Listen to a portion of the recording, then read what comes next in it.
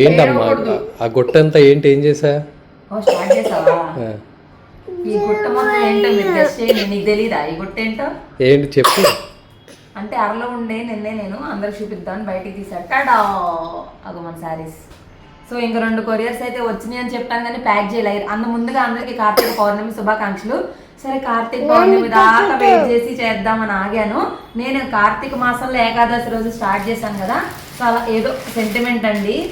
ఇదిగోండి, ఇదొక శారీ అండ్ ఇదొక శారీ. ఈ 2 శారీస్ అయితే మనకి బుక్ అయిపోయినాయి. వాళ్ళు అమౌంట్ కూడా వేసేసారు.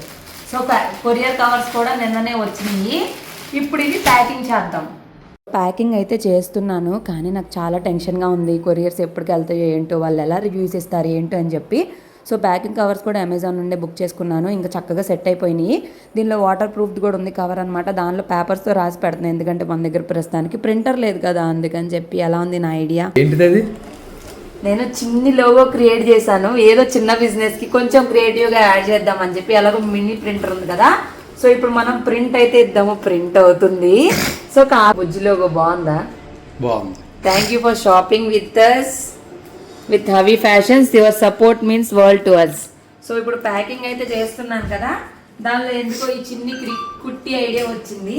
ఈ కుట్టి ఐడియాని ఇందులో అయితే యాడ్ చేస్తాను. ఇంకా మొత్తము యాక్చువల్లీ నేను శారీ లోపలే పెడదాం అనుకున్నా, మర్చిపోయాను. ఇంకా ప్యాకింగ్ చేసినాక గుర్తొచ్చింది. సరే ఎప్పుడైనా అవకాశం ఉంది కదా అని చెప్పి పైన ఇట్లా పెట్టాను. నచ్చిందా? నచ్చితే ప్లీజ్ లైక్ చేయండి.